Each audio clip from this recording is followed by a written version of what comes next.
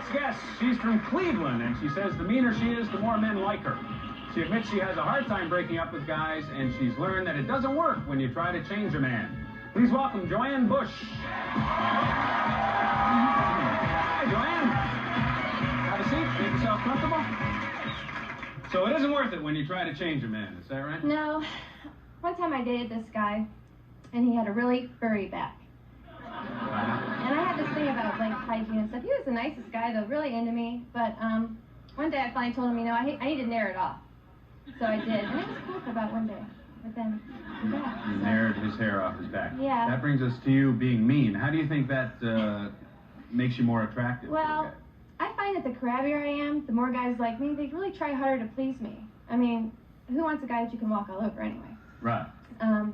But yeah, I find that as soon as a guy knows that you're really into them, they're like out the door pretty much. Yeah, that's right. Most guys are looking for a mean woman. Let's take a look at the tapes that Joanne saw. Remember, you guys are going to have to vote again. First, there was Randy. He admits that he acts too cocky sometimes, and he claims he meets women in the lingerie section of department stores. Here's what happened when Randy's boss drove him to work one day. When I was in his car, I was trying to roll down the window, and I'm like, how do you roll down the window in this thing? He goes, it's right here in the center. It's my wife's car. And I just had deja vu all of a sudden, and I said, I went out with a girl last night, had a car just like this. And right when I said that, I looked on the dash, and my business card I had left her was on the dashboard.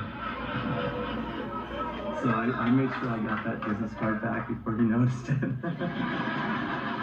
Even if it's not true, it's a great story.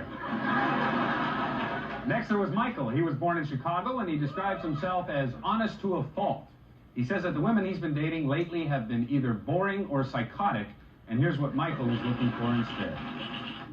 Someone who just absolutely enjoys and is thrilled with having, sex. I mean, not someone who's, someone who likes to have a lot of fun.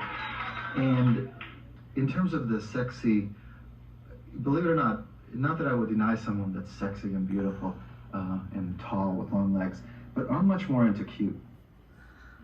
And finally, Chris. He's a former member of the Navy, and here's Chris's idea of a good date. We meet, go out, have fun, go home. He claims that women like his dimples, and here's more on that. I learned in school that dimples are a deformity. So it's funny to me how it's like a DNA deformity, and it's funny to me how people think, oh, they're so cute, and stuff like that. I'm only in the elephant man had it. He might have the same thing, but, he's just not cute, I guess. I don't know. All right, audience. Those are the three men that Joanne had to choose from, and it's time to vote. So make your choices now.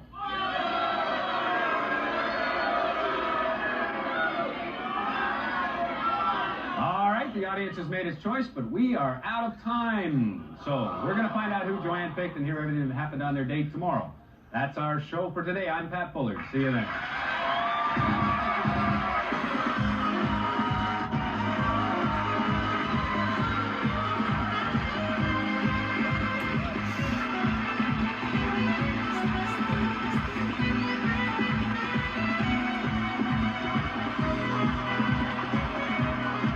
This is John Cervenka speaking for Love Connection, Pat Bullard's wardrobe furnished by Bernini. Love Connection is a PEL production produced in association with Telepictures Productions. And